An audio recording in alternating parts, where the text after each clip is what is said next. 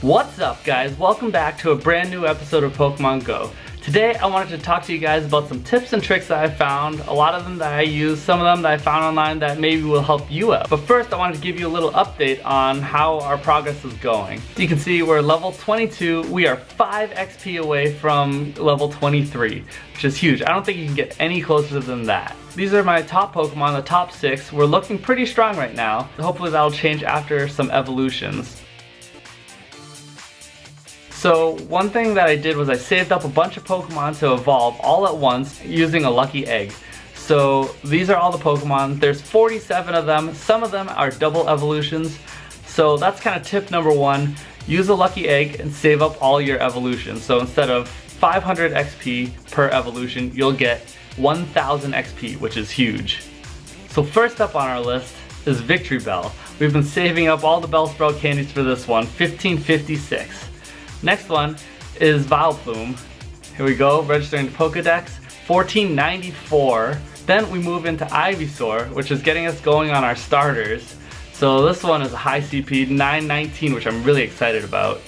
Then Golduck, which is 1372, which is huge. Then Seaking, aka Angry Goldfish, which Laura named. So we'll add that to the Pokedex as well, 982 CP, and then Persian, which is another one that we'll add to the Pokedex, and that's 902. So now everything that you're seeing at this point on are all the other evolutions that I had to do. So I sped this up by 10,000 times so that you wouldn't have to sit through all of them. So there they are.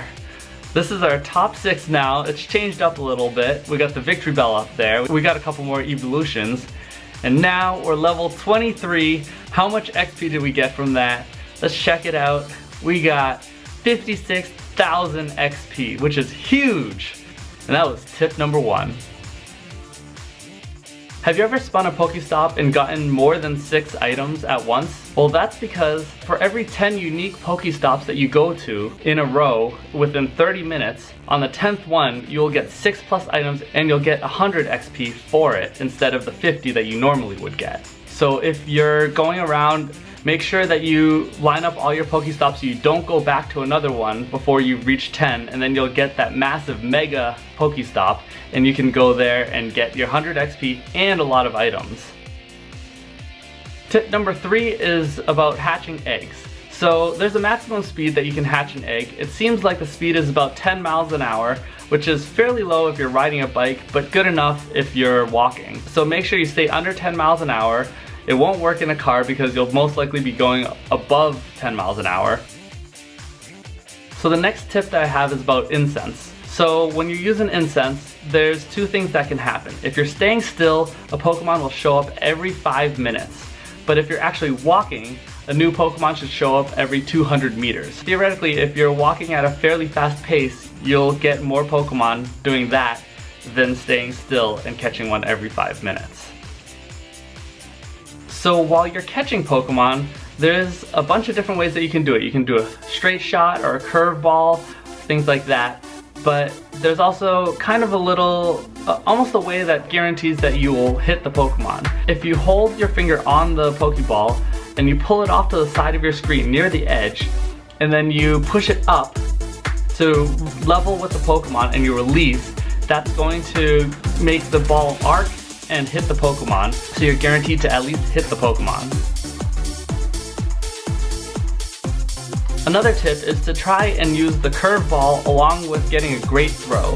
I've been working on this, and doing that gets you 60 XP extra on top of the 100 for the Pokemon catch. So that's essentially giving you 60% more XP than you would get on a normal catch. I know it is possible for you to get an extra 100 for an excellent throw, but I found that great throws are a lot easier to get. They're more reliable. I've only gotten a handful of excellent throws, which happen mainly on luck, but I've been able to reliably get great throws and the curveball to get the extra 60 XP.